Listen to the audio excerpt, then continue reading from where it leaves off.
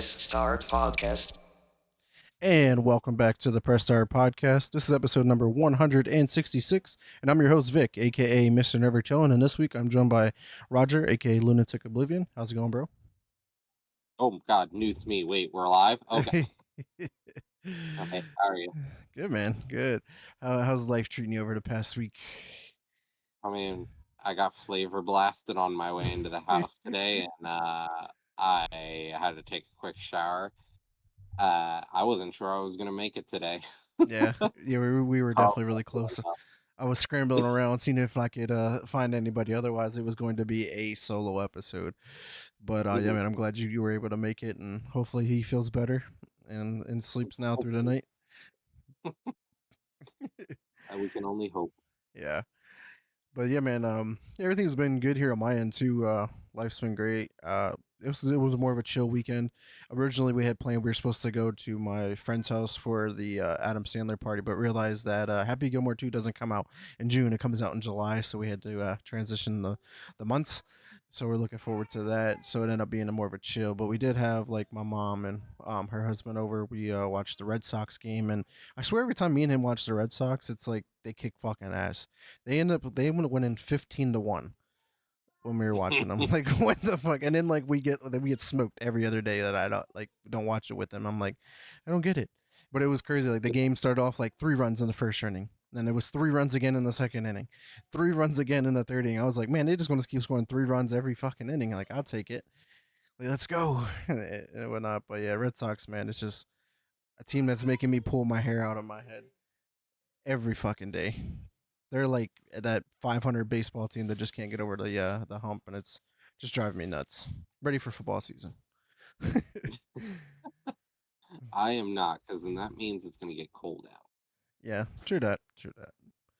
But nonetheless, let's go ahead and talk about what we've been playing because actually we've been playing a lot together specifically, and let's just talk about one of the games that we beat recently, and that is Kingdom Two Crowns. It's like this side-scrolling, base building, aliens versus humans, s kind of game. But what was your overall thoughts by the end of the game? So I originally played Kingdom when it came out long, long ago, and I thought it was a pretty fun game, but like I just didn't have the patience to like try to figure it out. And like back when it came out, certain guides were still pretty new on the internet, like going out and just like instantly finding how to do stuff. And like wikis for everything weren't like as big as they are nowadays, because we're talking like maybe 13 years ago that game came out, the original that is. And I thought 2015. 2015 for the original. I thought it was like it's still Oh, it 2012 was variant, but originally like released as a Flash game in 2013 and then became a full release there. game in 2015. Yep, that's it. A Flash game. Yeah, that's Holy crazy. crap. Flash. Oh my god, that's not a word I have heard for a long time. Yeah, that's what I'm getting at. This is one of those games that like I played the original and I was like, oh, it's all right, and then I ended up playing Two Crowns with you, and I was like, this is addicting. Hmm. I was thinking about it after I was done. Like even you were like, hey man, I got this weird itch to play Kingdom Two Crowns. I'm like, Yeah. oh, okay. Let's do it. Like I'd have never played this without you. I'm like, hey man, it happens. Yeah. I probably wouldn't have played it either. Yeah. Yeah, overall it was a pretty great experience. I did think it was weird though, like when we beat the game that you got to see the credits and I didn't. And I also didn't get any. I got like 3 achievements, but you got like 50 achievements. And I'm just like, I don't know what went I wrong. thought that was really goofy. It's like the achievement progression is tied to the first player owning the lobby and not the person joining in. So it was almost like you were a non-existent party member for most of it. Right. And it was really weird, like I got certain achievements and just not all Yeah. of them. Yeah, I was a little confused there. I was like, why do you have these ones but not like these ones? Yeah. I mean, overall, like Kind there of. wasn't many hiccups other than that, like with the game, other than like sometimes there would be some of our troops that would like glitch through the ground, or the one on my screen, he was flying in the sky, like he was just like floating above. I'm like, okay, like all right, buddy. Or like when the coins would sit there and float, where you would like purchase and stuff like that. You're just like, this I'm surprised it hasn't been like polished up. Yeah. And I'm surprised because they keep releasing new versions of the game as well, like Olympus, Shogun, or like the Yeah, the I don't think it's DLCs. called Show. Yeah, they're not really even DLCs either. It feels like they're complete reskins to the game with different missions, objectives, things like that. So like it's like a whole new game in the same engine. Right. Yeah, it looks like they had one is Call of Olympus and the other one is Norselands. But yeah, like I agree. They're definitely basically more or less just reskins, but it can complete. Oh, it looks like they have another one that also Mhm. came out, Deadlands. So I thought they had only two, but they have three DLCs that came out. And the first one came out in 2020, then 2021, and then last year in 2024. But yeah, overall, definitely a fun experience. A game like you were saying that I mentioned the last time is a game that I would not have picked up for two reasons. Game Pass and you would not have touched this, would not have spent money on this game to play by myself at all. Mhm. But let's go ahead and talk about some games that we beat individually so far, and I'll kick it off here with Mindseye. Just rounding up, I ended up giving this game a 4 out of 10. This is a game that had all of the right pieces, but just never put them together in any aspect. Like the game, like I'm in the process of creating like a new like review promo, and like I put in there, I was like, this is a game that if this game would have just cooked in the oven a little bit longer, that we would be talking about this game in one of the best games of the year. Like the Mhm. concept of the story is phenomenal, but some of the story writing and some of the aspects then were like clunky and kind of thrown together. Where it's like they didn't take their time. They feel like by the end of the game it just felt rushed. You're just like, oh, got to finish the story, rush it out. Let's release the game. Could have been flushed out there. Um, Mhm. the gunplay could be a little bit better. It wasn't terrible, but it's something that like if it had like a Call of Duty esque feeling of a game, it could have just transformed it even more. I love the variety of weapons and how you get them and whatnot, and your abilities with your little sidekick robot that flies around that you can like stun enemies, unlock buildings. You eventually get a grenade launcher on your little robot thing, and he's just invincible. Then um, the flying in the car feels phenomenal, but like the open world just felt uninspiring. Like looking at it looked beautiful. It looked like a modern, Mhm. like futuristic Vegas. And I was just like, okay, dope. But like you can run over citizens and wreck your car, and there was no reactiveness to us. It just felt like, okay, cool, just killed 3,000 people, but no big deal. Like no big deal there. So it's like, yeah, there was a lot to be desired with it, but like this game could have been in Game of the Year talks if this game would have just fucking cooked a little bit longer. And you just Mhm. see where like probably people at the top were like, "Yo, we need our return on investment. This is a new Get that shit studio. out now. We need to release the game so we can get some money back." And we're going to be talking into what's happening with the developer here soon. But yeah, Mind's Eye.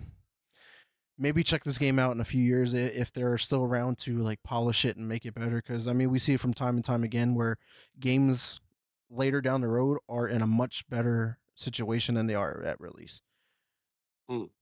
But yeah, man. So that's where I'm at with Mind's Eye. It's on the shelf now, packed away, not touching it again. Even with their massive, ambitious roadmap they have laid out, it's not enough to get me back to it. I mean, let's be honest, the roadmap is probably not going to happen, and we'll talk about that in the gaming news. But Yeah. But let's talk about the game that you beat that I actually recently just started. The Altars. How did that end up for you? I know you talked highly of it at the beginning, but did it continue and to be good? I just felt like I couldn't put the game down. I kept playing, and I was like, wow, this just feels so good every time, and I just couldn't stop. I was just like, wow, I really enjoy this. Yeah. Eh, I kept thinking about it, couldn't get out of my mind. It just was a really good game. All around, a really, really good game. Yeah, I'm looking forward to diving more into the game. I think I'm only about 4 hours in. I made three altars of myself. I got to the point where you're like surrounded by lava and you have to figure out a way Mhm. around it or over it. I believe you have to build a bridge if I'm not mistaken. Um, just so You you get the avoid the fuck over sunlight. it. Yeah, you gotta avoid the sunlight, and I do like that purpose is like what's moving you along is like you're trying to get to this like good point where they can rescue you from, but you're also trying to avoid the sun because the sun comes up, you're just gonna dead, like you're just Fucking going to die. die. So like. And I love the like the resources, and then like when you go out and you're like, oh fuck, there's something up there. Oh, I got to go get a grappling hook, or oh, there's a pile of rocks. I need a drill bit to drill through, and it's like, okay, cool, and unlocks different areas. And you were mentioning about when you first started the game, like the fast traveling. I like how they do fast traveling in here. It's like you use your mining posts and your different pylons that you would set up as your fast traveling points, and I'm like, I like this because running from Because your GTA ship to running genius. to your outpost would take a lot of time, where you can just back and forth, as and much as you and need it's to. explained away in universe, like they explain it. There is shortwave teleportation, like Mm, they explain that right away, that like short distance teleportation is a thing, yeah. which I thought was great. Hmm. Like it's actually good that they think through like how something happens, and so like you can actually in game, like it doesn't just like, it's Just not seems like out of place. It just seems like a mechanically video. It just seems like like a video GTA. game mechanic as opposed to like a in-game, in-universe like way of doing things. Yeah, like GTA, for example, did it well. Like you teleport somewhere, you come out of a partial cutscene. Right. Yeah. Yeah. I definitely agree. But yeah, man, the alters have been really good, and I just love the concept of like, oh, you need a scientist. Well, let me go manipulate and alter a branch off my And mind there's a records. scientist. But what I really love is like when you're talking to your alters and like your what you say impacts like their feelings and how they're Hmm. going to do and like how well they're going to do their jobs and stuff like that, or their connections with you and the rest of the alters that are going to be on board, like Hmm. that feels great. Like that feels very reactive on how you handle your conversation. At first, like I was just like kind of clicking through and I was like, okay, these are all negative, and I was like, this guy, like you start to learn like, okay, this guy doesn't like being straightforward. Like you want to comfort him, to be able to get him to be relaxed or whatever. And you're like, okay, I got to change on how I'm talking to this person, and you do it. Even if like the two options that you're like, the first one is what I would personally say, but Hmm. knowing that the bottom choice is going to be the better of the two outcomes to make him feel comfortable, more motivated, and less rebellious, then I'm going to go with that one. And it's really cool because like Yeah. you build the relationships that way with your other versions of yourself within the game. But yeah, that's it's really awesome to see the impacts of the dialogue in that game. But yeah, so far, so far so good. And shout out to Game Pass for bringing another game to us. But yeah, man, let's go ahead and talk about another game that we've been playing together, and that is FBC Firebreak. This is the three-person cooperative game set within the Remedy universe. So that's like Control, Alan Wake, Quantum Break, bunch of different games like that. And it felt really good to return to the Eldest House. You're playing in the same building you played in in Control, which is one of my favorite games of all time, and I'm super excited for the Control 2. But Roger, what's your overall experience with FBC Firebreak? Because I don't think you played Control, so like you're just going into this not knowing where you're at and what you're doing and stuff like that in terms of like deep Yeah. lore story. But overall, what's your experience like? I'm honestly like, my first thought as soon as I popped into the game, I was sitting there and I went, "This is just SCP. Like these are all SCPs. That's what this is." And it felt like I was in SCP containment or something. Hmm. And I don't know. It's pretty cool so far. I'm just interested to see what more there is. Hmm. But like we kind of played the whole game at this point. We beat every mission. So it's not like super crazy what's coming up next.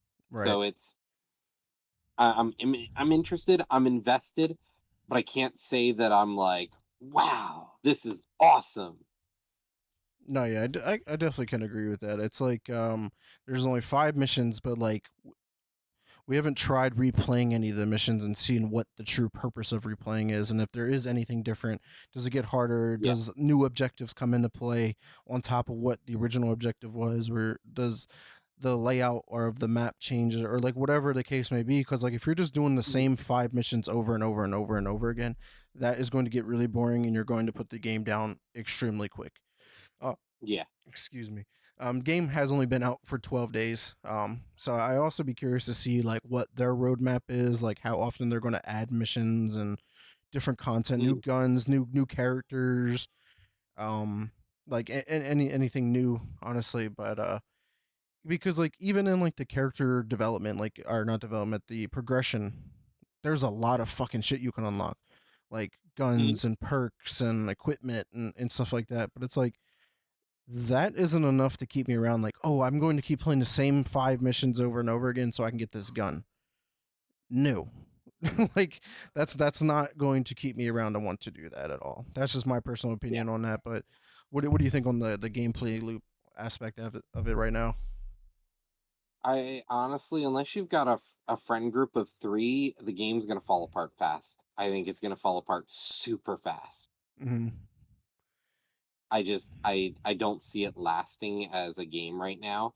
It just doesn't have enough content, I think, to keep it going right now.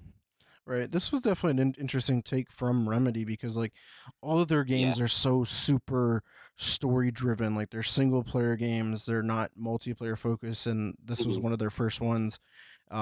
Because they did cancel another like Control different cooperative game, but Mhm. I'm really like I just feel like this is one of those like games that was forced to be created by the financial people, like the CEO, like the bigwigs, the corporate office, right? Yeah. They're like, oh, we have We to need have a a live multi service we game have to have a right now.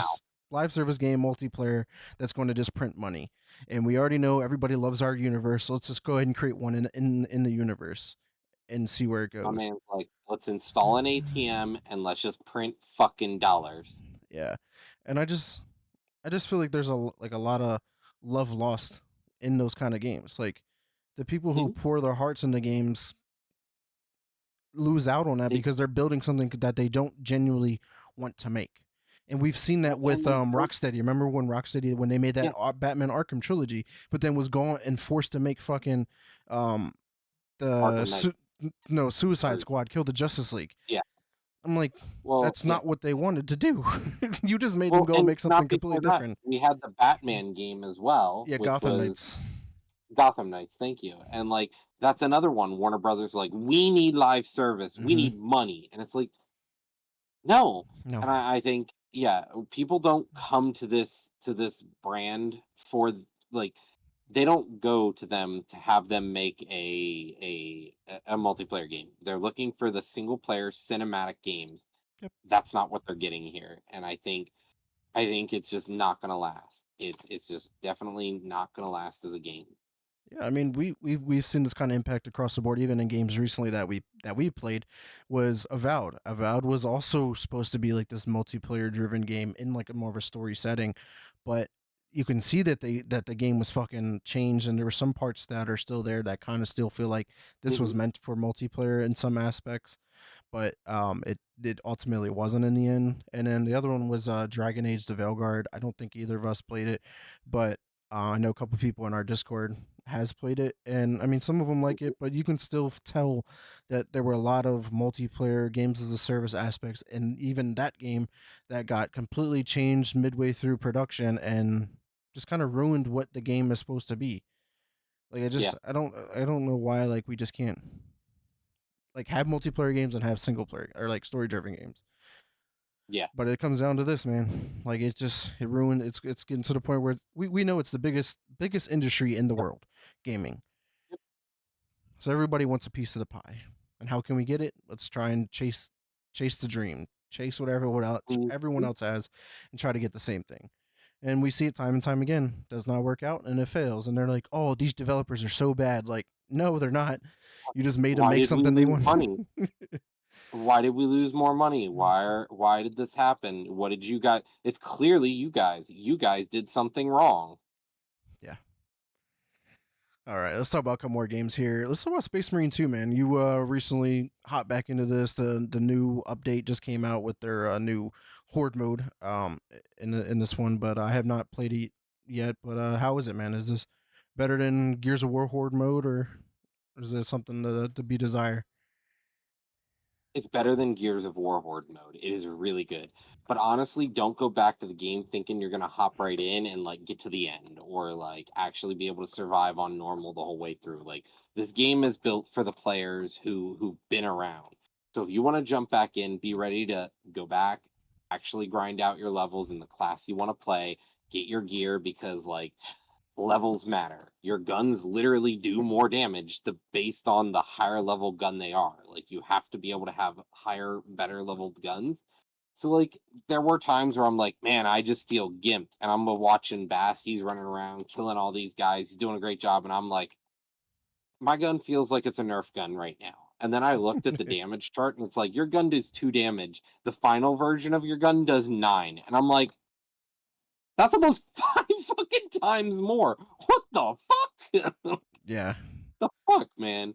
So I was a little disappointed by that, but So like with for the it siege mode, like you're building off of the characters that you used during like the cooperative missions, and that like me, you, and Bass was running y- through. your normal character, yeah, Yeah. that you've been playing the whole time. Well, it's not the same one as like the story mode that me and you played Oh through. no, no, but no, you only play those characters during story though. Hmm. That's what I was getting at. Yeah. But overall, a genuinely fun experience and something that you would recommend for people to give a go. Yeah, I thought it was a great game. Yeah. I have to dig it off my collection and get it reinstalled because it's been uninstalled It's since we it's worth it. stopped playing it. Yeah, it's definitely worth it. I had a ton of fun with it. Yeah. All right, a couple more here. Let's talk about Starbound, man. This is a game that me and you just started to play today. This game has a heavy Minecraft and Stardew Valley and Terraria uh, esque feel to it. Like there's a lot of mining. It's very pixelated, but it's all like two D side scrolling and whatnot. Um, I don't know Hmm. how to genuinely feel about it yet. I don't even know what we're ultimately trying to do. We're supposed to find these like ancient core whatever parts, but it's like where do you find them? Like we had to like look them up and try and see where the fuck they're at just so we can try and move further.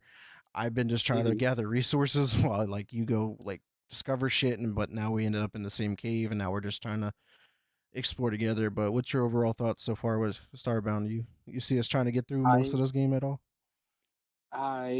honestly, I play it, and the more I play it, the more I go, man, I think I want to play Terraria.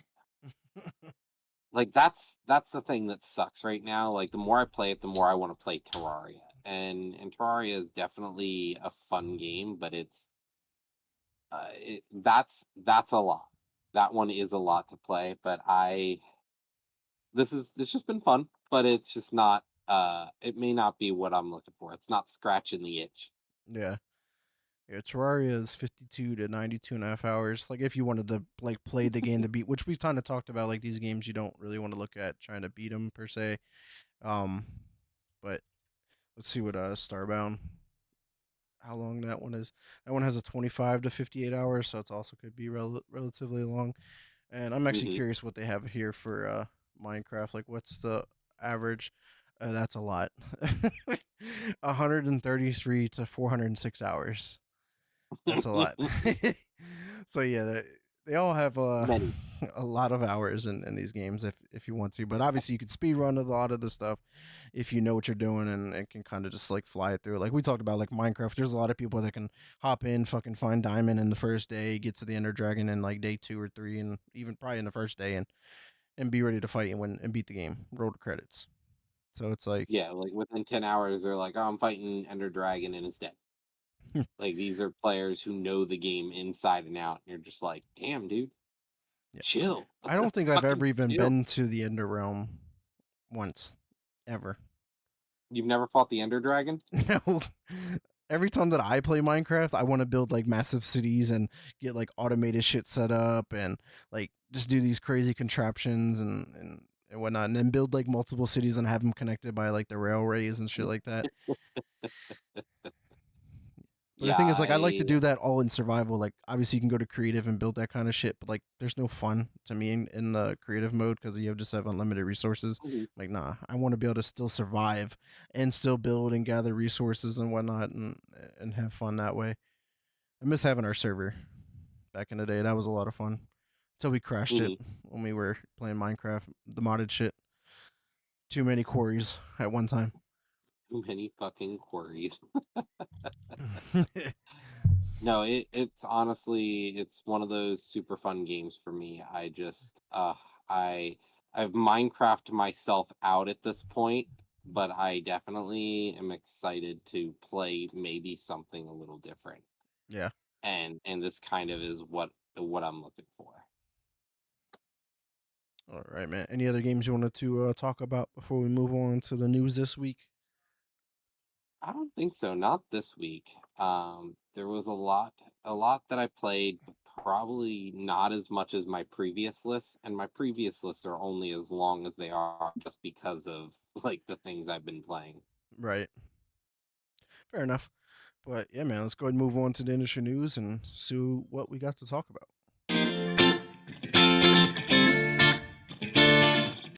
All right, man. Kicking it off here with the aforementioned news. Build a Rocket Boy, the studio behind Mindseye, has reportedly started layoffs affecting more than 100 staff. So, as you were alluding to, is like that ambitious roadmap that I seen may or may not even happen now at this point. Like, how many people did they even have in at their studio? Um, Hmm. and it says that the Edinburgh-based developer started a 45-day consultation process with the staff today. It has plans to lay off between 20 to 99 staff and has already started to consult period at least 30 days before. It says is planning to lay off about 100 or more staff. However, has have consultation periods at least 45 days. It appears that at least they have about 300 employees there. So, and apparently it says like a lot of them are facing redundancy. So like Hmm. we could see a major impact to this studio. Could not. Only time will tell. This is a relatively new studio. This was their first game, and like I already said, like this game was just rushed and kind of didn't hit the mark. They dreamed big, and they looked at they flew too close to the sun. Honestly, they thought themselves gods because of where they came from, and I think they learned quickly that like to make a quality production the same quality as where they came from would Yeah, require them to have and to remind people, the these people came from GTA. yeah. These were ex GTA And devs. so like they had a lot going for them, but like on the flip side, they weren't the only ones at GTA. Like clearly, like GTA is still going on, so it's not them that made the projects good. Like they just had experience with GTA. So sometimes you look at AAA game devs and you're like, I'm my man, you flew too close to the sun.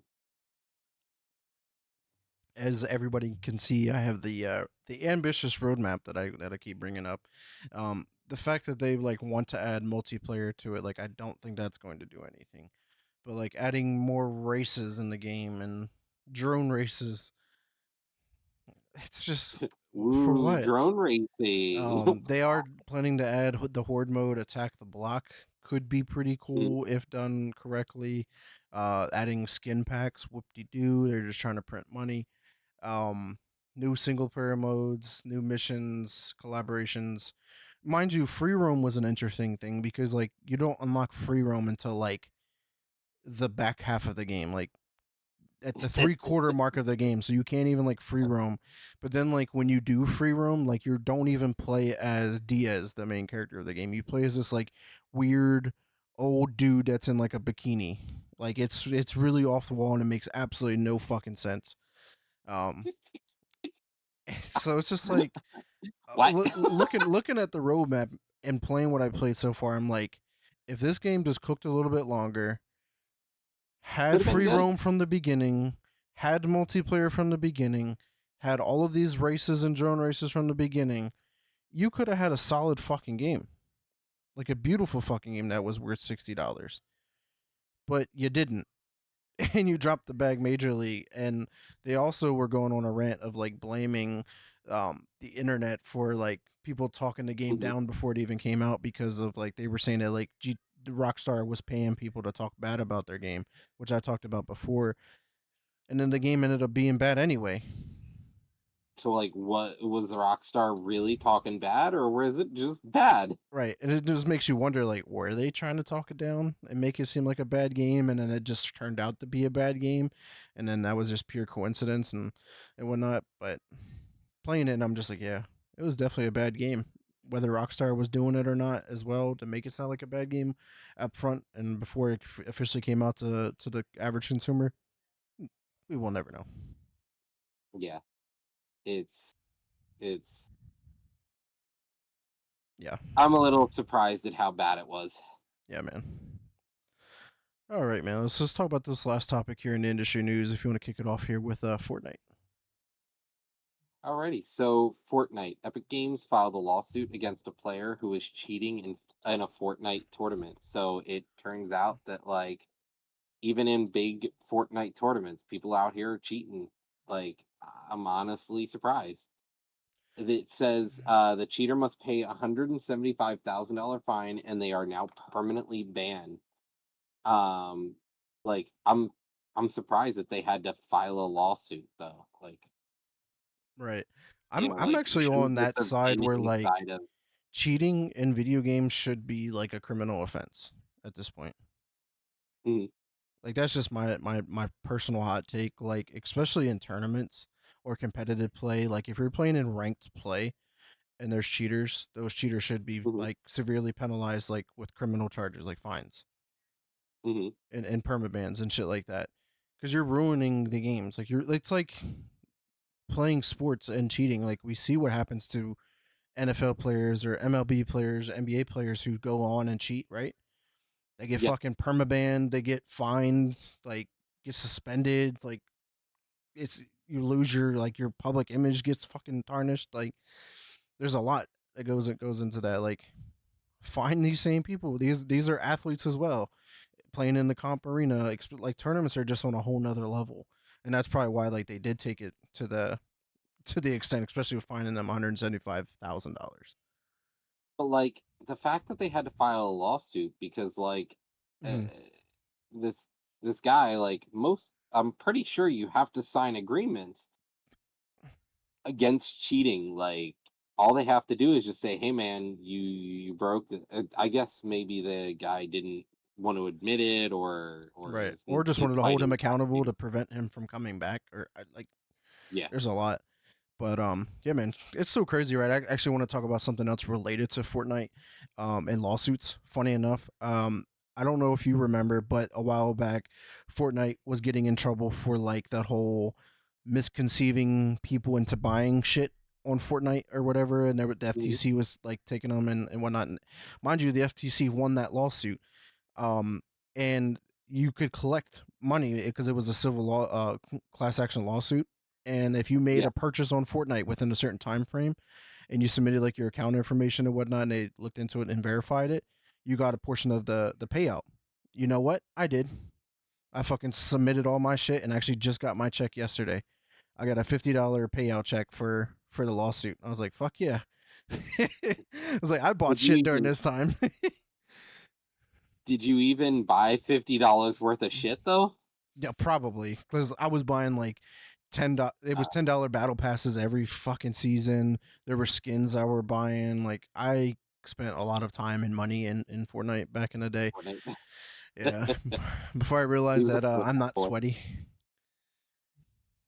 Before everyone Oh started to man, build fucking castles around them, as soon as you hit them one bullet, you're like, okay, you're yep, like, this ain't oh for me. man, you just built a fucking tower. Let me just build my one by one and be cool. Like, what the fuck? But yeah, that was Yeah, pretty awesome. I I'd be wasn't doing that expecting it, and wrong. to be honest, I completely forgot that I filed for that because I did that like a few months back, and then I was like, "What Mhm. the fuck is this chat or this letter?" And I opened it up. I was like, "Oh shit, I got a check," and cash that Not shit in the me. clear, and I was like, "Fuck yeah!" So yeah, I just wanted There you to go. cover that real quick, and it was like, man, shout out to the podcast, man, because like probably wouldn't have known about any of this kind of stuff if I didn't fucking follow the If gaming you news weren't the way like that I do. watching the yeah. But yeah, man. Anything else in the industry news that you wanted to cover or shout out? Honestly, it's really quiet. As we've said before, it's the time for gaming right now, so things are kind of quieting down. People are enjoying their vacations, their summer, so Yeah, it'll probably ramp it's up around August for Gamescom. yeah. Yeah, that's when shit'll start kicking off because then the holiday season is here, and then all the fucking big releases are gonna start coming out and whatnot. But yeah, man, let's So go much ahead. fun at that point. It's never ending. But yeah, man, let's go ahead and check out the gaming news. We got a little bit to get to, so let's go ahead and take a look.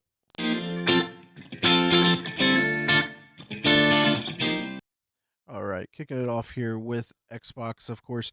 They had an announcement for one of their games, Senua's Saga Hellblade 2, is getting an enhanced edition coming out on August 12th. I get a trailer here up on screen real quick for everyone.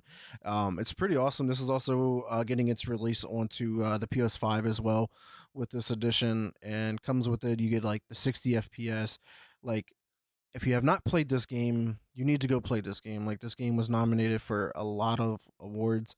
Mind you, it is a relatively short game. Like for what you're getting, it's a 6 hour game. I think like 5 or 6 hours, if I'm not mistaken. But story is beautiful. How they handle like schizophrenia and all that stuff is really great. Like the the combat, like is to be desired. But like I never wanted to play this game for combat. It was really It's a about like movie. it's an experience, and Mhm. this is an experience that you have to experience.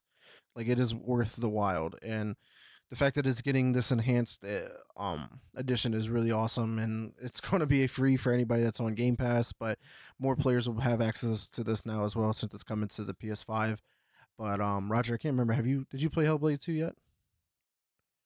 Nah, I skipped over it because I was like, I'm not really in the mood to play like a an experience. I kind of wanted to there were better games out for my specific taste. Mm-hmm.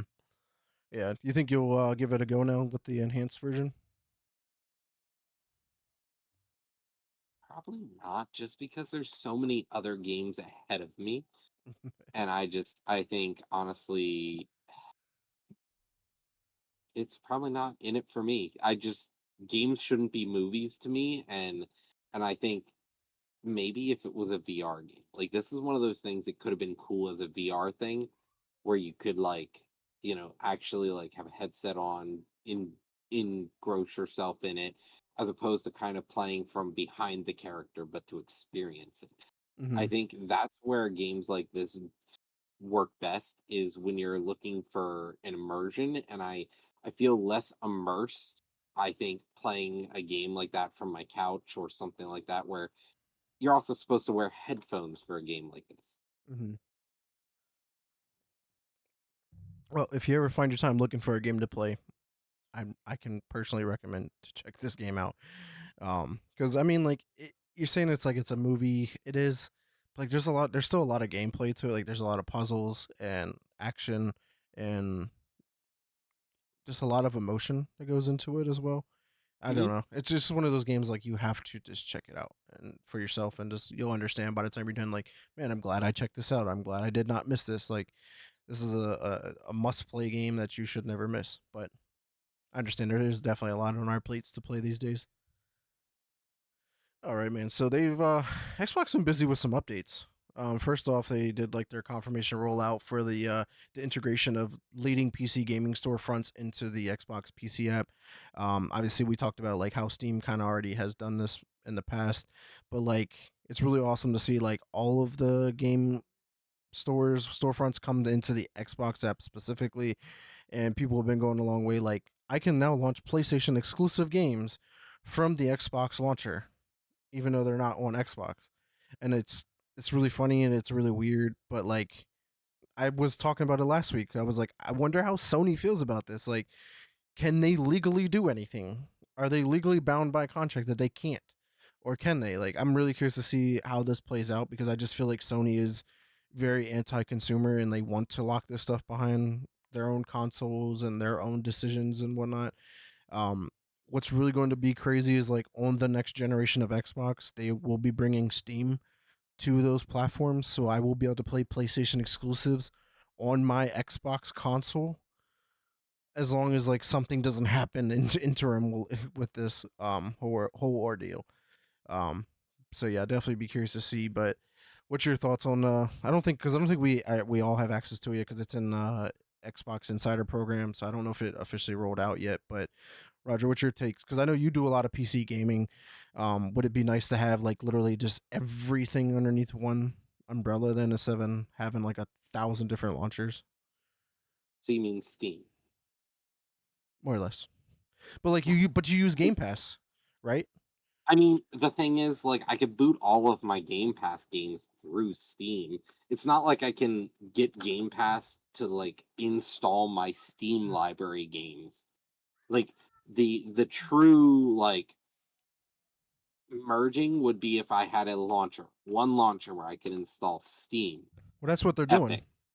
Epic. Like it right now, it just allows you to launch your games. It doesn't allow you to go to their store, install the game, from your Steam library. Like it only shows you the games you have installed so far. Yeah, Like yeah, I'm yeah, I'm sitting here and I'm in the Xbox launcher and I have all of my Steam games popping in now. yeah. But like all it is hey, you installed this Hmm. so we could start it if you want. I'm like, Yeah, I just think it like works out. I Like if you, like you said, if they can get it to the point where like everything that's mhm, in your library that may not necessarily be installed as well, mhm. which I think is the end game. Like I think that that's their plan. Like that is what they're working towards.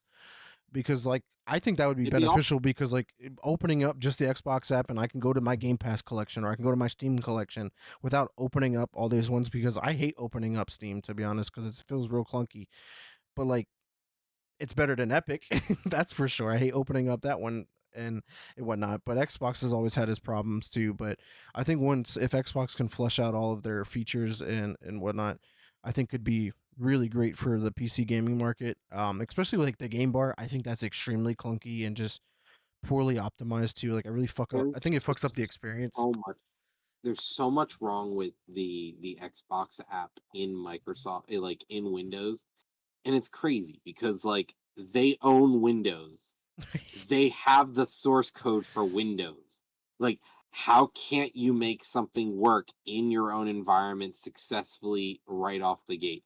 Yeah, But like I feel like the game it's bar should be like the the pop up on the Xbox. Like when you hit the Xbox button and it brings up like your guide or whatever, and you can just Mhm. go through the different tabs and do the different things that you want to do. Like, why isn't it how that is on the PC?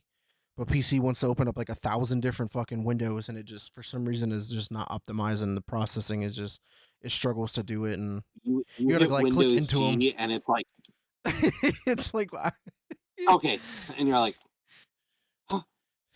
all they wanted to And do then was the an other accept the thing, game invite. like the multiplayer, like the social aspect of it as well, garbage. Hmm. The party features, garbage. Because like I've been it where it's like, okay, I'm literally in Discord. Mic works, audio works, everything works. Hop into Microsoft's Xbox Game Bar, gave it full access to microphone, everything it needs. Hey, can you guys hear me? I think he's muted. Roger, are you muted? No. Yeah. Roger, we can't hear you. Okay. Awesome. This is I don't know what to great. do. You gotta go fucking deep into your settings and change the default microphone or some stupid shit. Oh, and the worst is when you have to like restart the fucking game bar to do anything half the time. And I just, yeah, there's a lot of work to be, a lot of groundwork. And honestly, it's straight up ass. And so until they fix it, it's just more garbage in like I thought about turning it off because I'm like I don't need to go into Game Pass to launch my Steam games. I'll just go into Steam to launch my Steam games because maybe I want to also install something. Like what I would love, the end goal, the end all be all would be one location where I can buy from any one of the vendors. I can go into their app and I can install uninstall whatever games I want, and it just hooks into all the other stores. Yeah. But I still have to use 5 different stores to do things. Like the day somebody makes an app where all the stores work, it'll be awesome. Right. Yeah. I feel like It's like when you go to GameStop, right? Go to GameStop.com and you click on, let's just say, Expedition 33, right? And you go in there and then you have to select which edition you want. Do you want the Xbox version, the PS5 version, the Switch version, and then do you want the collector's edition, you want the standard edition, you want this edition? Like they can make it like that. When you click into the game, it's like, okay, what storefront do you want to buy it from? Steam, Xbox, Epic, whatever across the thing. You click it, which console, or not, I guess in this place there's no reason for a console. That would be the console, is which marketplace that you're buying it from, and then which edition you want, the standard, the collectors, the whatever edition, and then boom, you got it. Like I just feel like that's what they have to get to. Agreed.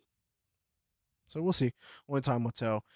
This was kind of part of their massive June update. They did introduce the co-pilot for gaming available for testing on mobile. We just talked about the aggregated gaming library, which is awesome. Be curious to see like Copilot, how it's going to be used. Like I think it could be a very useful feature for a lot of people that may need like accessibility help and whatnot. But from what I see is like I do sometimes where like I have to refer to Google like, yo, how the fuck do I do this part of the game? Right. And if it's already built in, I'm like, yo, Copilot, how do I do this part? And it's like, do this, and this. You're like, oh fuck, okay. And like it's already like built into the game, like easy access. It's right there, and it understands what I'm talking about too. And I don't have to worry about like filtering Mhm. shit out through Google. Like it will just understand what I'm talking about. I think it could be a very useful feature. But what's your thoughts on the integration of like Copilot and AI help into the game? I use Copilot enough already for work, and I I don't know, man. I feel like there's a time and a place, and maybe it could be useful, but like at some point, does it remove the quality of gameplay for me to sit there and be like, all right, Copilot, how do I do this? All right, Copilot, I'm shitty at this boss, beat it for me. Or you could be like Death Stranding too. I don't know if you saw that, but like if you die in a boss, like yeah, it gives you an option. Like, do you want to skip this boss? Like wow, Fucker out here shitting on me. like man, how useful that would have been in fucking Liza P when I died to the same boss for like 10 hours.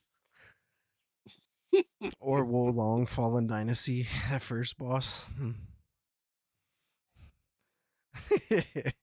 But yeah, man. So more updates from June, which actually just rolled out so that everybody on Xbox was like being able to pin.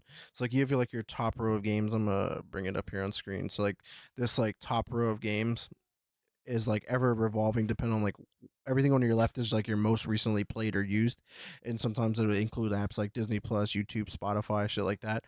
Um, but now you have the ability to like slim it down to like how many tiles you want to appear at most, and like I have it changed down to like it'll only going to show 5, but then you can pin up to 3 games on this as well, so then there's only going to be 2 slots that are revolving at any given moment. And that has like cleared up and like made the home screen like less junky. The next part to me, the what needs to happen is like the ability to like remove this bottom row, because excuse me, I don't need to browse the store right here at right underneath the Oblivion, because at the very top you can hit browse the store or hit the guide button, hit Yeah. browse the store. So like having it right there isn't useful to me in any aspect. So I don't need that. And usually the 3 to the right of that are usually like ads of some sort, or like recommendations on what you can do to your console. Like right there it says customize your home. Like that's just a recommendation, like what you can and cannot do right now.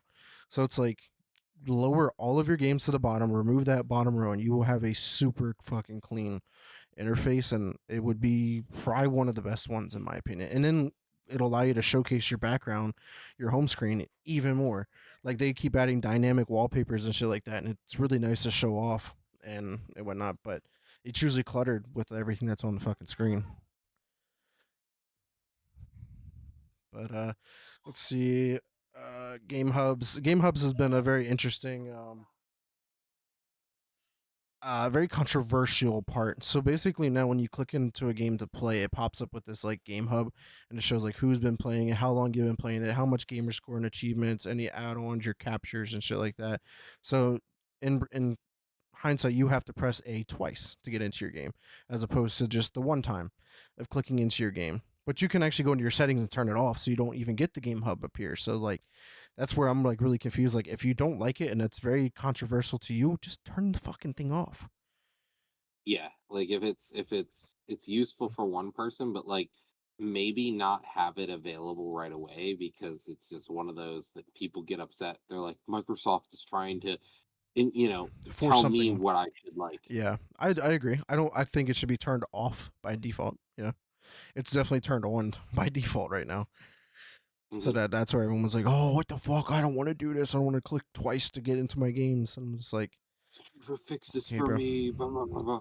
I don't know how I really genuinely feel about it. Like, it's pretty cool because it pops up and tells me like, "Oh shit, I've been playing this game for 6 hours." So like, it kind of gives me like a quick glance. So like, when I get to my show for the podcast, like I can kind of like, based off what I seen last, hey, I've been playing this game for 6 hours or 7 hours or whatever it is, because it gives it there. Half the time, I'm really just estimating how long I've been playing, or I have to go into the save files and like, oh shit, I've been playing for 5 hours and not three or whatever. So it's like Hmm. quick access to that. And I do like the captures, even though I don't really deal with captures on the Xbox. I Any of my screenshots or screen recordings I do, I just use the Xbox app on my phone because then I can download them really quickly and then edit them and upload them or do whatever I want with them. So it's just like, I don't know how really feel about it. So I'm just going to let it play out for a little bit, and if I don't like it, it just becomes an inconvenience. I'll just turn it off. But there was new improvements to cloud gaming, the saves, and then obviously they were talking about the recent showcase with the announcement of the Ally. But funny enough, a console that should be like irrelevant at this point, the Xbox 360 just recently got an update, which had a lot of people confused. But in reality, it was just an update to add like advertisements Hmm. for to say, hey, go buy a Series X or an S because it's time to move on from the 360 if you haven't. I can't imagine a ton of people use the 360 as their like primary way of playing. Like I just can't.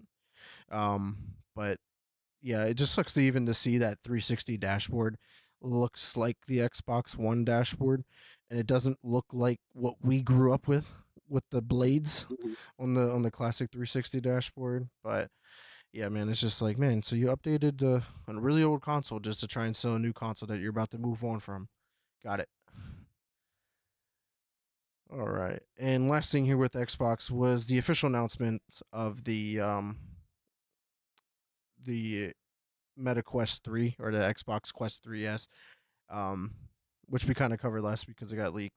But we have some concrete information. It's $400. It comes with a custom 128 gigabyte Meta Quest carbon black and velocity green controller. It has the matching touch plus controllers in a limited edition.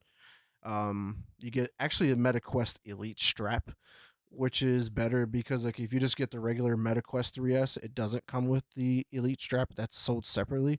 So like that's a huge add-on, and I've heard a lot of good things about having the Elite strap. Like it's a night and day difference for comfortability when you're wearing a headset and whatnot. It's easy to adjust and just get right on your head. But then you also get 3 months of Meta Horizon Plus, which I'm not really familiar with what that is. I guess that's their Game Pass for Meta Quest. But you also get 3 months of Xbox Game Pass Ultimate for free as well. So I mean, you get a good bit for the 400. It looks pretty badass. I actually want the controller. It looks pretty sick. Get it up here on screen. Just because like it's your traditional all black controller, but like the underlay underneath the thumbsticks and the buttons are like that velocity green, and the only way to Hmm. get that look right now is through this controller. Or you might be able to do it with their design labs, but I wouldn't spend like $80 or $90 just to change the three things that are on there Hmm. just to get it. But $400 for something I don't have, yeah, be pretty cool. Be nice to have a VR headset and change it up a little bit from time to time. But yeah, man, that's everything I got for the Xbox news this week. What's happening in the PlayStation realm?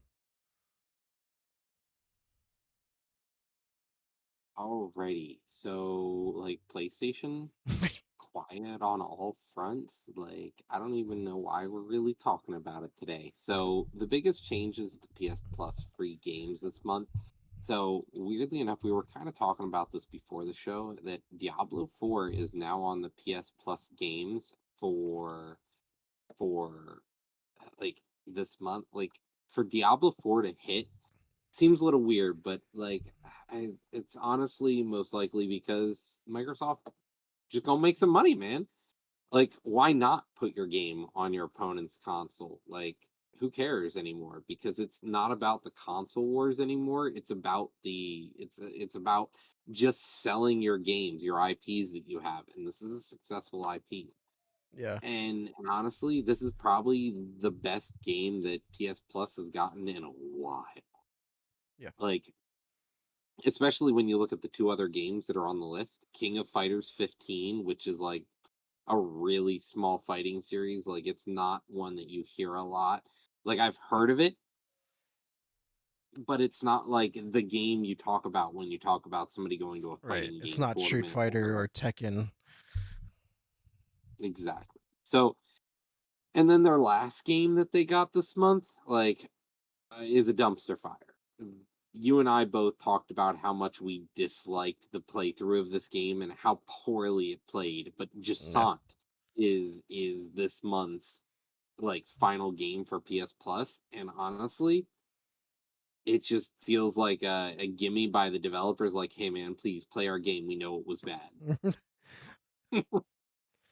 yeah. That was one of the first time I've ever played a climbing simulator.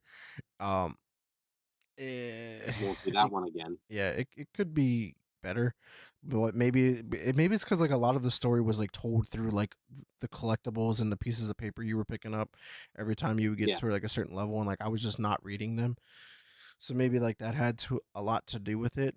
But I mean, like aesthetically, it looked really cool, and like when you got to the top, like what ultimately happened was pretty cool, but like getting there was really boring and not really it's optimized in a lot of ways. Like I felt like I was climbing, but then like it would like, oh, you're not holding on to anything. I'm like, bro, I'm holding on to something. I promise you. so like I think we talked about this a long time ago when we played the game years back. Uh, the concept of like travel is it's about the journey, not the destination. And I know that's super cliche to say, but like Mhm. it's true. You know, it's about where you're going and not where like it's not getting there. That's what you're there for. It's the experience of trying to get there. Yeah, and then And I think that's where they that's dropped the bag was the journey. The mhm. destination was great, but getting there was the struggle. And it felt like the destination really wasn't even that great. It Like was it probably the just best part felt of the so game, well, I mean, yeah, which is when not you're saying talking that great. about a yeah, when you're talking about a pile of garbage, like being like, yeah, I found a dollar bill at the top of a pile of garbage. Yeah, cool. That was the best part because the rest was a pile of garbage, you know? Yeah. Put it in perspective, Jusant came out in 2023, and this was a Game Pass like day one released. And I mean, shout out to Game Pass for giving us the free experience, but you know, we have good ones, we have bad ones. Yeah, this was one of those ones where you're like, was it great? Uh, I don't know. But But just real quick on Diablo 4, because we were talking about it, like you're like it makes sense, and like I agree with you in a sense because like it was a great business decision. But I'm mhm, just really curious because like the game has already been out on the PS5 since launch. So I guess it's just like Xbox or whoever's trying to like get those players that are like maybe were on the road, maybe thought about checking out Diablo 4 on the PS5, but just didn't want to pay for it. But now they have a free way of getting the game. And then they're going to rake in a ton of money. Like if they get, I don't know, let's just say 10,000 people, because they don't get a ton of players like on some of the certain games, I should say, but like 10,000 mhm, people who weren't going to buy the game, got the game for free, but now will spend money on like battle passes or skins or cosmetics. Because I know if I'm not mistaken, there is a shop in Diablo 4. I mhm. haven't played Diablo 4, but I reckon that there is some kind of sort of shop that you spend money to buy shit in the game. So it's like they're going to make money off of this, but I am curious is like did Xbox offer PlayStation money to give it out for free, or did PlayStation offer Xbox money to bring it as a free game? Like, I don't know how any of that contractual like negotiations happen for that I service. wouldn't have even thought about that either, that it's like, Microsoft paying them or they pay Microsoft. Like, who's somebody had to have money had to have changed hands Hmm. unless Microsoft gave it away for free because like the transactions in the game are Right. gonna be within Microsoft. Yeah. Because like it also makes me wonder Mhm, like what's the trade off? Because like if we don't make it for free and just sell it on the platform for, I'm sure that it's probably a 60 or 70 game. That's $70 per person that they're not going to get because the person didn't buy the game. But like mhm. those people may not have bought the game in general ever at all. Like it's one of those like really interesting. Like what's the report or like the studies done like behind this kind of stuff that proves one way or Mm. the other. But yeah, man.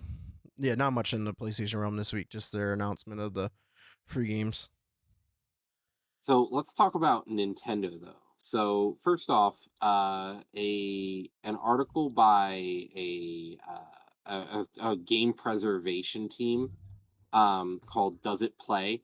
They released an article recently that says, based on their experience with working with game preservation, that like if you wish to preserve your games for 3DS, Vita, Switch, these cartridges that are flash memory, you should be plugging them in every 5 to 10 years, because there's a chance that if you don't plug them in, that the data stored on them will eventually disappear, because these flash storage are built with self-healing technology. So when they plug in, they know how to fix the sectors of memory where the data is kept, and if they finally completely run out of electrons and they have no more energy, they're wiped and you'll lose that data. So they said if you want to make sure to keep your games usable, make sure you're plugging your games every five like every cartridge in, boot it up for a few minutes, and make sure you have them running for a few minutes every few years, or you may find that one day you'll go to plug in your game and play and it will never work.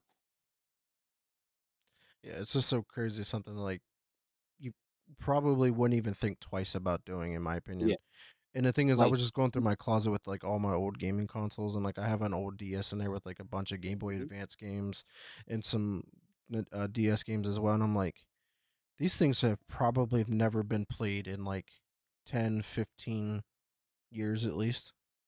mhm, And I'd just be wondering, like, do any of them even work at this point? Like, and the thing is, I was thinking that, like, because I put the itinerary together this morning, and then I went through this stuff in the afternoon, and I'm like, man, I wonder if this article is true. And then I was like, fuck, the DS is dead. I don't even feel like finding out right now. I don't feel like charging it. So maybe I'll give yeah. it a go one of these times just to see what are the chances on some of these Game Boy Advance games even like turning on and stuff. But it also has me And it's curious, like, not about like collectors, like that buy a lot of these retro games in like sealed packages. Like obviously 9 out of 10 those games are never going to be unsealed just for collecting purposes. But like what if someone that does buy that shit for like $1 billion and like I really want to play this game for some reason and I open it and I go to play it and it doesn't work. Well, think about it. At some point, these games are not going to be out there and available anymore. Like, the developers are going to try to hold their copyright forever and not allow you to emulate the game. Like, emulation is a dark topic in the world, just Hmm. because developers are like, oh, if I can make 5 cents next week off this, that's stealing. Well, were you going to make the 5 cents off of that next week? No, because it's not valuable to shareholders. We can make $5 instead. And it's like, well, then these games are just gonna disappear forever. Right. And that's the crazy thing. It's like movies, for example, or all this other stuff that exists out there. And it's like we're going to lose these one day, and like we're going to be, in our old age thinking about, you know, the history of like you think about all the times that like our grandparents wanted to watch their old like, you know, Charlie Chaplin films. Like luckily they were on mediums that don't really deteriorate as easily. But like in our early video games, Jordan bought me a collector's, like a collectible edition. Like if I was a collector, it would be an edition for me of Steambot Chronicles from the PS2. And luckily it's on a disc. That's not going to go bad unless the plastic deteriorates, which is going to take forever because it's plastic. Like that will last a long, long time, and that's still new in box, shrink wrap sealed. Right. Awesome. I could play that, and I plan to open it and play it because it was one of my favorite games. Because you can't emulate it. And that's the other thing. There are some games that you'll just never be able to emulate because of the technology they were built on. So we are going to have things that one day will just disappear from consciousness altogether. And Hmm. it may have been, somebody's favorite game, and they'll never be able to experience that moment again.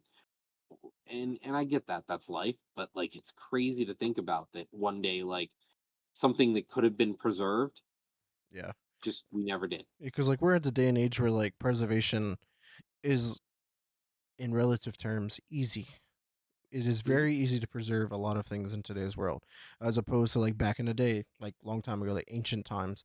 Like whenever we find a discovery in a tomb or whatever, like the abilities to preserve stuff then was like really tough, really hard to come by, and the stuff that is still around is terrible. Like it's so outdated. You touch it, it might fucking burst into dust. Like it's crazy to see like times have changed in dramatic ways of preservation, and like we have the technology, we have the abilities to preserve this stuff. Like Nintendo, for instance, like what we're about to talk about it right now with Super Mario Strikers coming to Nintendo Switch Online.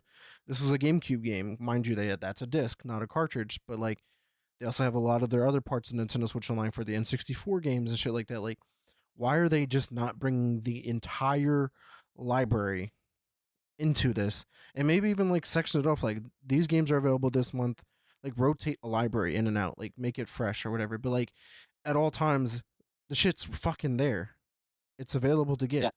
And like it would help with like buying games, like older games that you want to play that you miss playing, instead of breaking or having to pay an arm and a leg for to play those old games because for some reason they're impossible to get and the prices are through the roof.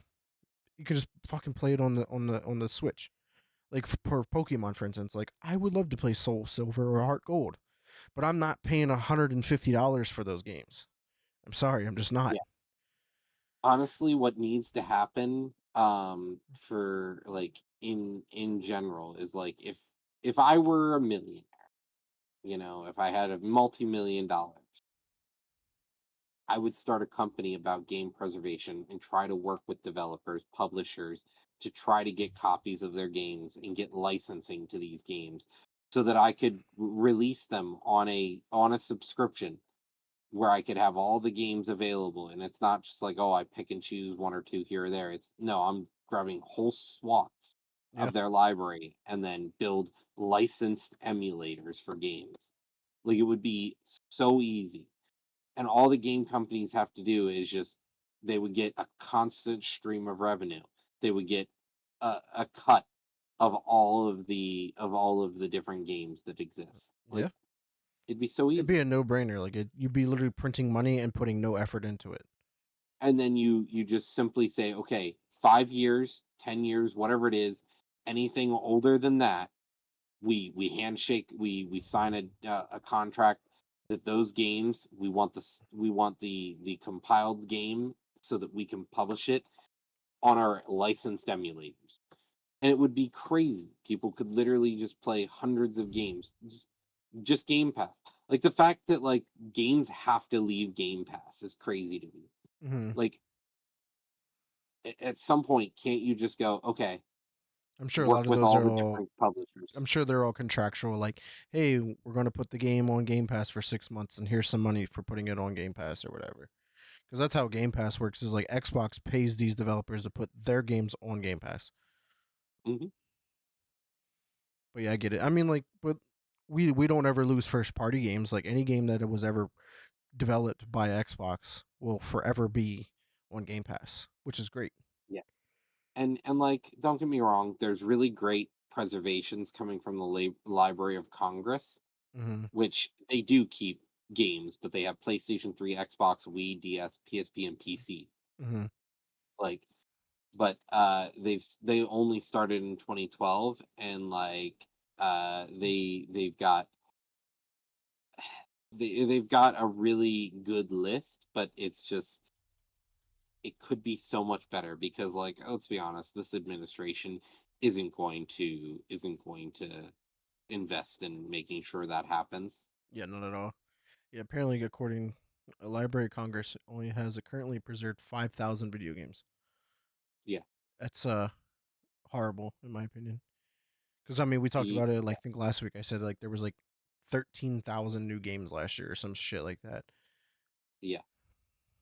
And it's crazy to me, like, they have some crazy things out there and then some not so great things, and they have some amazing things. Like, in one of their screenshots, they have like the Sims 2 video game next to like the NSYNC hotline video game. There's a game for everything. It's interesting.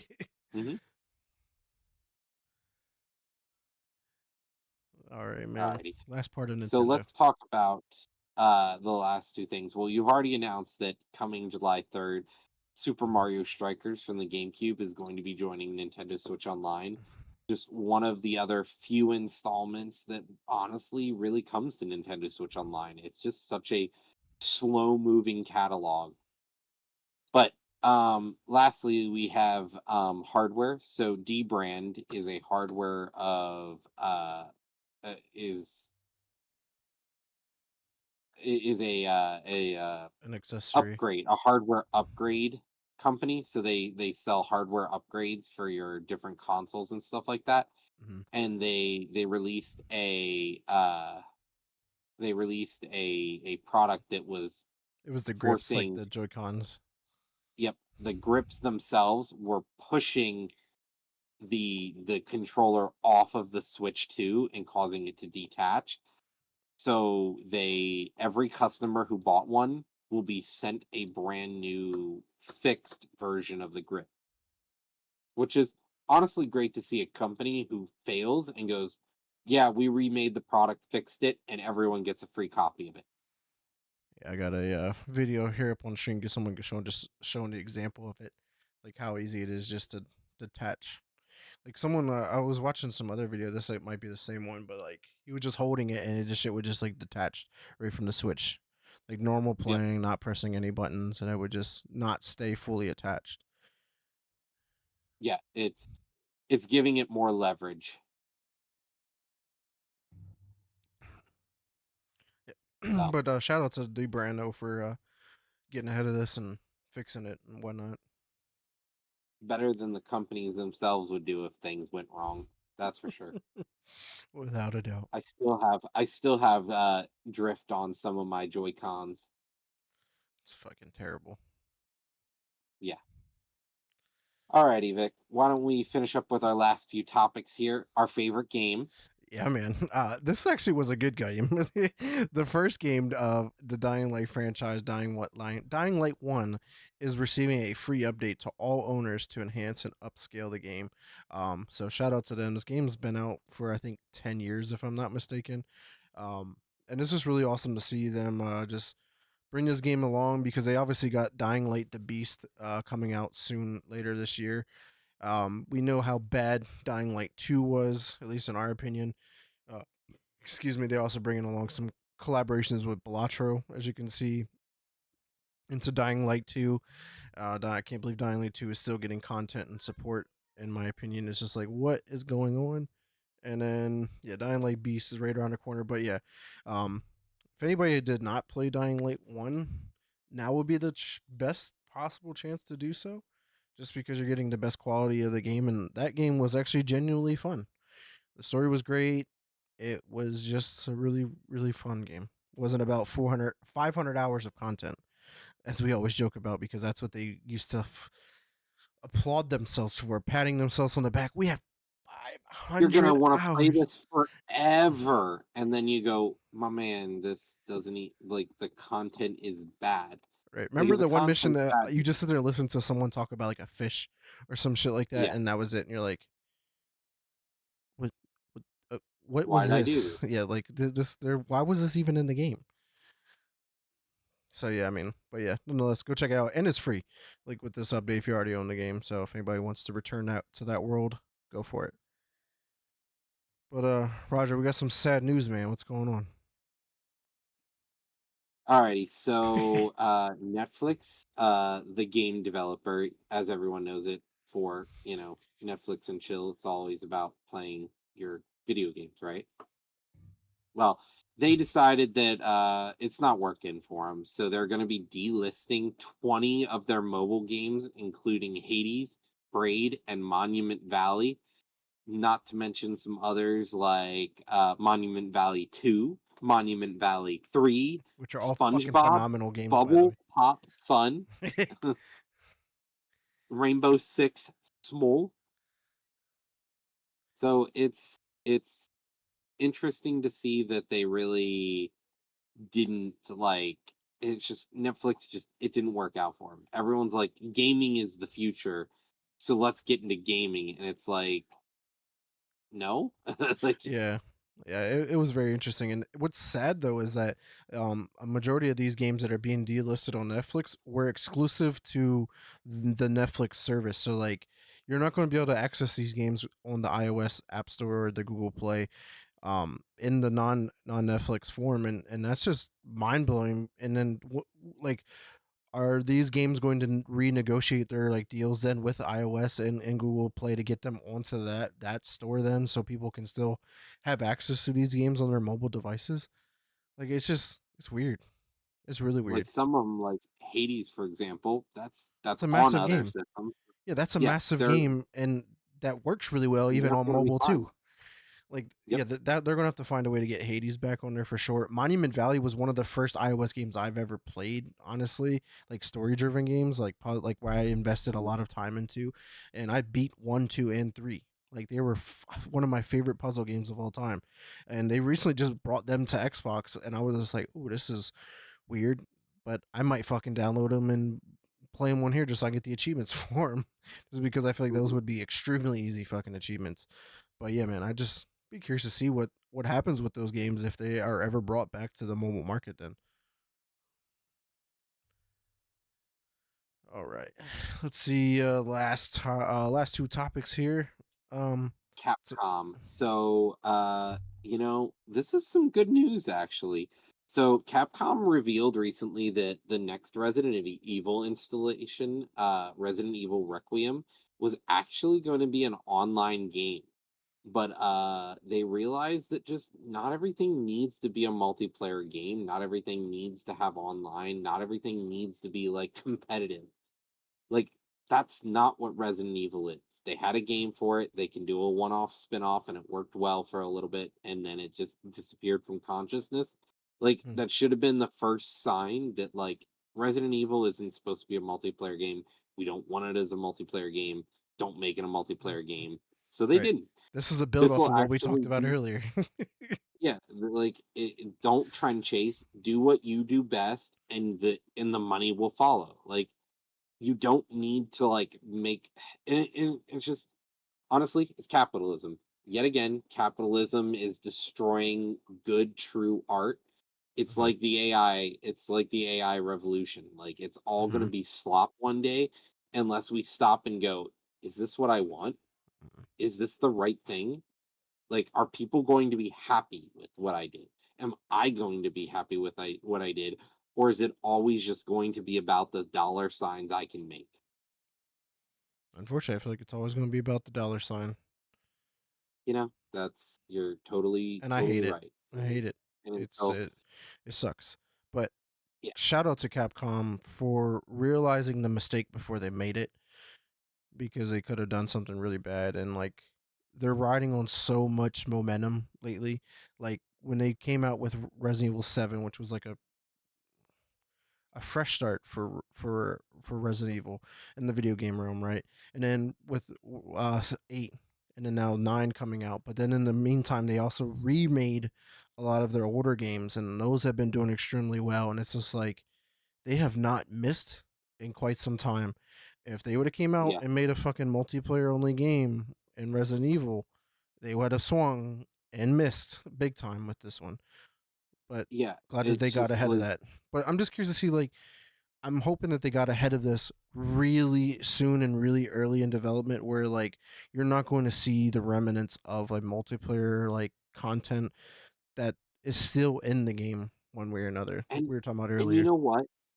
They did a really good job. Like they've been firing honestly on all five, like on all four cylinders for a long time. Like Resident Evil, they're story driven. Like e- Resident Evil 7, wonderful, wonderful return to form for Resident Evil.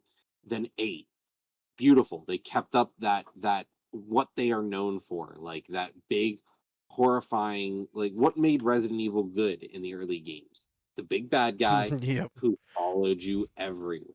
And Yep. like it just like that insurmountable evil that you couldn't kill, you could only run from, and they did it. And that's Yeah. it just did so good. And then like they remade Resident Evil games. And like in doing so, they actually added multiplayer in a way that just made sense without destroying the game itself. Like the fact that somebody literally can join in your game as the bad guy and chase you through the mansion. Like Yeah. awesome. It makes sense, you know, because I feel like, excuse me, a lot of people like those kind of horror games too. You think about Mhm. Friday the 13th was big in that, and Dead by Daylight. You know, a lot of those like horror chasing games where you can't kill the big bad guy, but your goal is to run from him. But you, as the bad guy, you want to fuck them up. Yeah, you're like, I am God for a moment here. Let's go. Yeah, yeah, man. That's definitely good to see with Capcom. Man, they've been doing really good. I'm glad they got ahead of this while they still could. But yeah, man, let's go ahead and talk about the last topic of the day and something I'm actually excited for, obviously, because I do 99% of my gaming on console. But Delta Force is coming to console on August 19th. Get the announcement trailer here up on screen for everybody to give it a check. Um, it's actually a game that I'm looking forward to playing, whether it's the multiplayer, but I'm really interested to play the story mode that I don't know if it's out yet, but or will be coming out. It's the remake of like the Black Hawk Down game from back in the day on like the OG Xbox.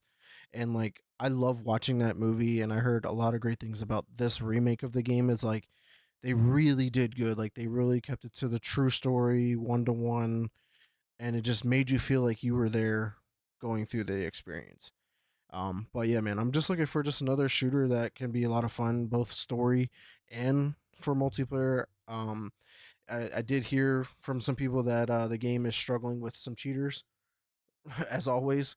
I feel like what shooters No. doesn't, and it's just like, what the fuck? How do we get ahead of these cheaters? Like, I just don't know why we have to deal with them on a such a broad like spectrum. Like it's every day, all the time, nonstop cheating. Like I feel like back in the day, like growing up playing Halo 3 and COD 4, Modern Warfare 2, Black Ops 1, like eh, there were some cheaters. Like once in a blue moon, they may have had a fucking modded controller and they were shooting the FAL full auto when the fucking shit was only semi-auto. Like you can tell that kind of cheating. Like that was only the biggest cheating you really had to worry about back then was that. But now you got people that see through walls and can shoot through walls across the map, have insta lock, never miss, 100% accuracy. Like it's just bad, and it's just like the cheating shit gotta stop. But what's your thoughts on Delta Force? Is a game that you would give a go even on the PC? I know you're not really Nah, big into multiplayer shooters right now, but would you play the Black Hawk nah. campaign? Black Hawk Down campaign? I got too much going on, so no. The answer is pretty easy for So me. you'll It's just leave it up to me and no and for I'll report back to let you know how well it is. it's a no for me, coach. Oh, good man. But yeah, man, that's all the gaming news we got for everybody this week's and kind of what we thought about everything. But any last comments or remarks before we close out this week's episode? Nah, man. Just another week in the books. Another week in the books. Maybe we'll stream our multiplayer game again on Tuesday. Yeah, that'd be dope. Because we are starting off with Wolfenstein Youngbloods. We'll see how well that goes. But we do want to thank everyone who checked us out live today here on Twitch, and anyone who does check us out later on YouTube, Spotify, or Apple Podcasts, or anywhere else where you may listen to us at. But Roger, where can the community find you at? Well, if I start streaming again, you'll be able to find me at my Twitch stream at lunatic_oblivion. Otherwise, I'm here on Discord and here on the show on Sundays. Yeah, you can check me out at Twitter at Mr. Never Chillin _ Xbox is X Never Space Chillin. If you want a game, party up, hit me up there. Facebook is Vic Brubacher for any questions, concerns, or if you want to come on the show, hit me up there. And I do stream on my Twitch every once in a blue moon. It's been actually quite some time. But twitch.tv/Mr. Never Chillin. Make sure you drop a follow there. Maybe I'll stream my games here soon again. But we do want to thank everyone again. Until next week, peace.